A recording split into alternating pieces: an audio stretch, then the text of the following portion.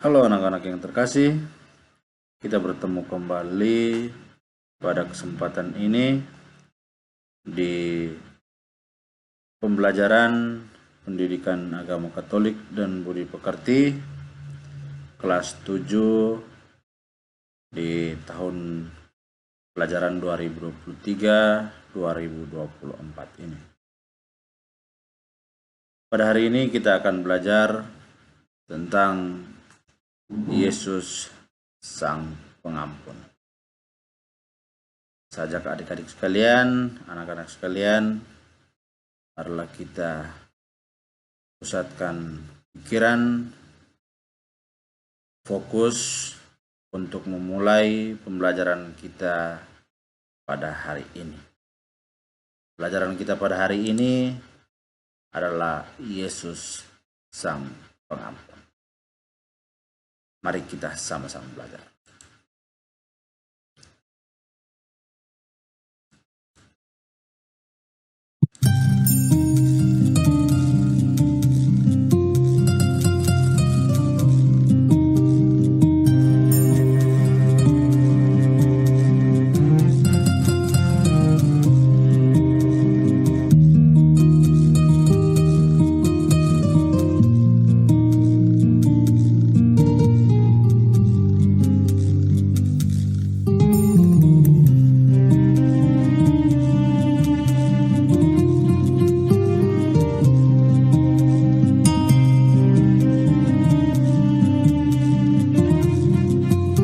Baik anak-anak yang terkasih, materi kita hari ini yakni Yesus Sang Pengampun.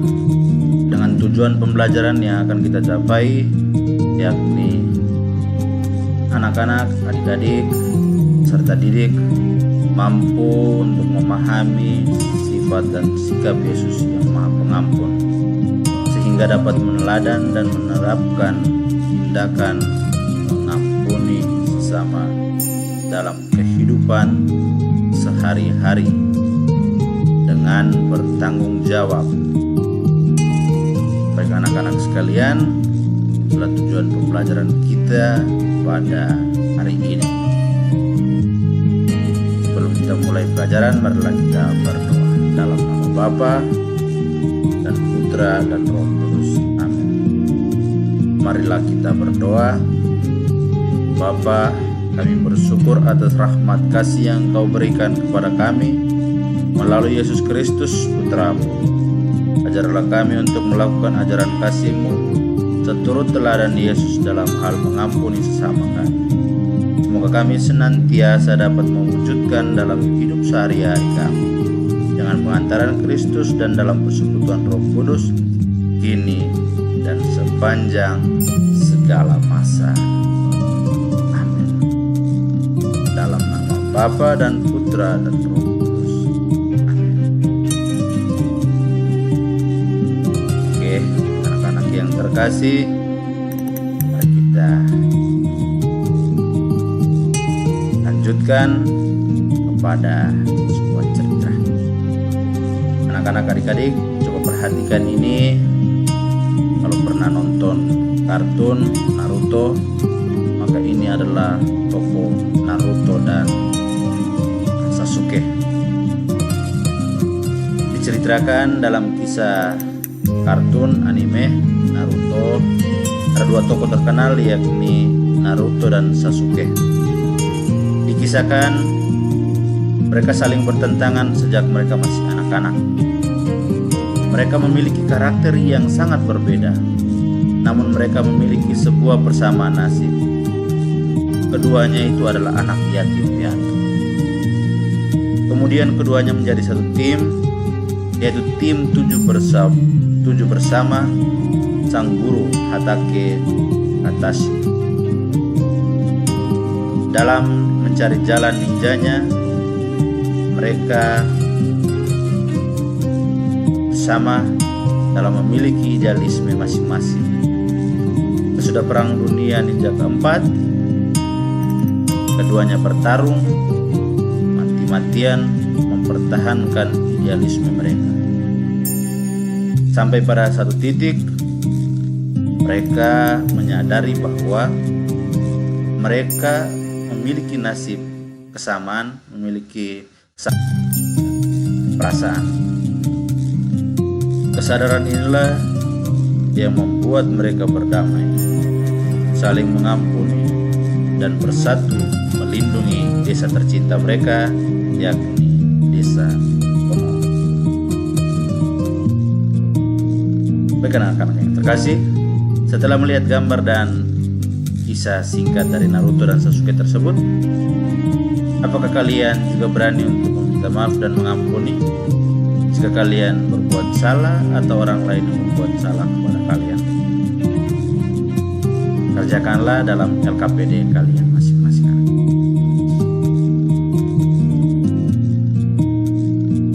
Baik, setiap orang pasti pernah melakukan kesalahan, baik terhadap diri sendiri, terhadap orang lain, maupun terhadap Tuhan. Walaupun demikian, tidak semua orang bila melakukan kesalahan bisa cepat-cepat minta maaf atas kesalahannya. Demikian pula tidak semua orang mau dengan senang hati untuk memaafkan atau memberi pengampunan kepada orang yang bersalah kepadanya. Apalagi jika dirasa bahwa kesalahannya terlalu berat dan menyakitkan hati. Dalam Injil Matius bab 18 ayat 21 sampai 35, kasih yang diberikan Yesus tertuju kepada semua orang, baik bagi mereka yang menderita, juga bagi mereka yang bersalah kepadanya. Yesus memberikan teladan kepada kita tentang bagaimana memberikan pengampunan tanpa batas. Pada kesempatan ini, kita diajak untuk meneladani sikap dan tindakan Yesus dalam hal mengampuni sesama yang pada kita. Dengan sama-sama mari kita menyimak inspirasi dari kitab suci yang Pak Guru buat dalam bentuk video animasi, video kartun. Mudah-mudahan anak-anak, adik-adik bisa lebih cepat mengerti dan memahami ketika dibuat dalam video animasi.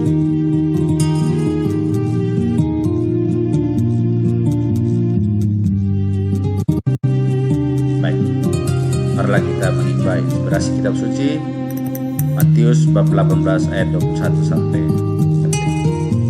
30. Kemudian datanglah Petrus dan berkata kepada Yesus, Tuhan, sampai berapa kali aku harus mengampuni saudaraku jika ia berbuat dosa terhadap aku? Sampai 7 kali kah? Bukan, aku berkata kepadamu, bukan sampai 7 kali, melainkan sampai 70 kali 7 kali. Sebab hal kerajaan surga seumpama seorang raja yang hendak mengadakan perhitungan dengan hamba-hambanya.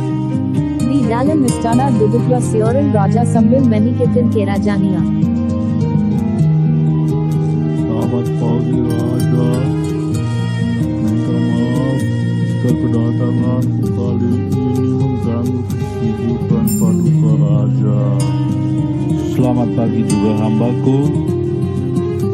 Kenapa pagi-pagi datang menghadapku? Baginda yang maha mulia, hambamu ini berhutang 10 talenta kepada Tuhan. Hamba minta maaf karena tidak mampu melunasi hutang itu, paduka Raja. Sekarang Anda beserta anak, istri, dan segala milikmu dijual untuk membayar hutangku. Sabarlah dahulu, Tuanku. Segala hutangku pasti akan kulunasi. Oke, baiklah. Mulai sekarang, saya bebaskan dan hapuskan seluruh hutangmu kepadaku. Terima kasih Baginda atas segala belas kasihan-Mu kepada hamba-Mu ini. Sekali lagi terima kasih Bagindaku.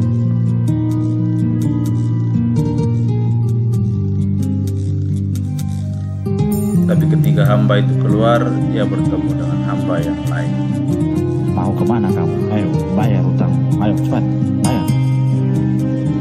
Sabarlah dahulu, kawan. Tapi ketika hamba itu keluar, ia akan bertemu dengan hamba yang Kemana lain. kamu? Ayo, bayar utang. Ayo, cepat, bayar. Sabarlah dahulu kawan. Utangku pasti akan melunaskan. Sabar saja. Tidak ada sabar-sabar. Ayo, bayar sekarang utang. Kalau tidak, saya akan masukkan kamu ke dalam penjara sampai hutangmu lunas semuanya. Melihat itu, jadi sedihlah teman si hamba dan pergilah ia menghadap raja.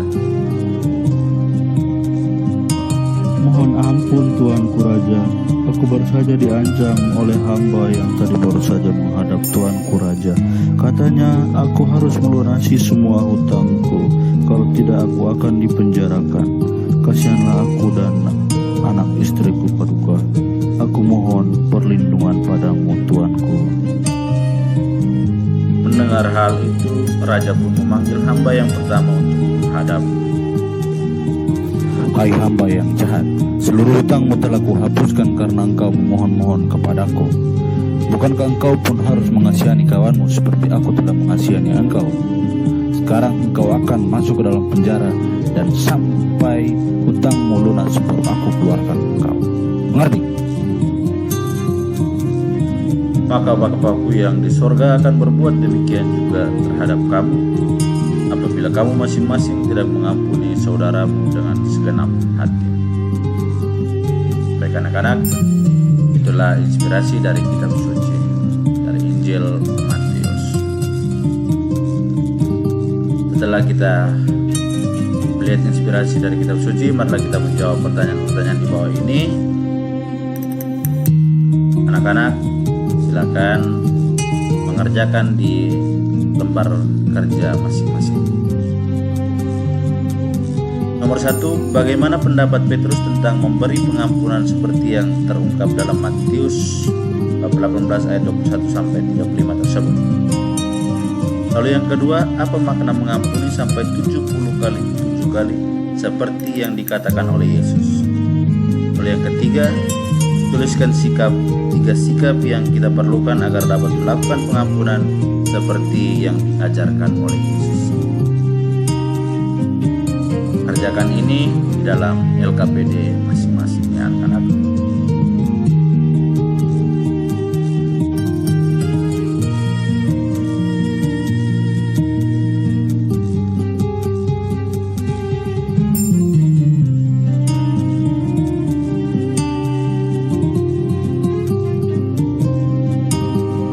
Karena jikalau kamu mengampuni kesalahan orang, Bapamu yang di sorga akan mengampuni kamu juga.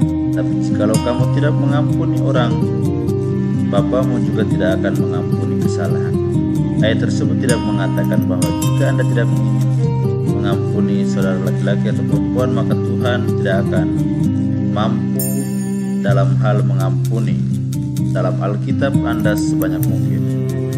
Hal ini berarti bahwa jika Anda tidak ingin mengampuni orang lain,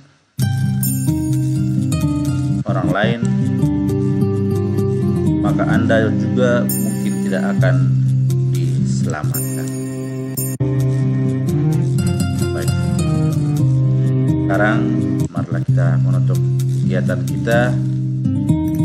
pembelajaran kita pada hari ini dengan doa penutup.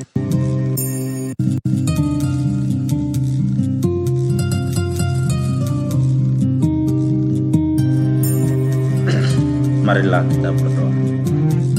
Dalam nama Bapa dan Putra dan Roh Kudus. Amin. Allah Bapa yang Maha Bijaksana, terima kasih atas penyertaan-Mu selama kami belajar tadi. Kami bersyukur atas rahmat pengampunan yang kami terima dari-Mu. Ajarlah kami untuk bersikap seperti Engkau yang mau mengampuni sesama yang berbuat salah kepada kami. Buatlah kami bersikap rendah hati dan mau membuka diri, mengampuni dengan tulus sesama yang berbuat salah kepada kami. Dengan pengantaran Yesus Kristus, Tuhan dan Juru Selamat kami. Amin.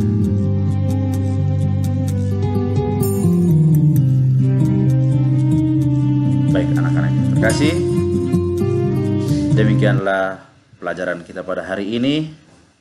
Sampai bertemu di waktu dan kesempatan yang berikut. Tuhan selalu memberkati kita sekalian. Jagalah diri kita masing-masing, jauhkan diri kita dari hal-hal yang bisa mengakibatkan dosa.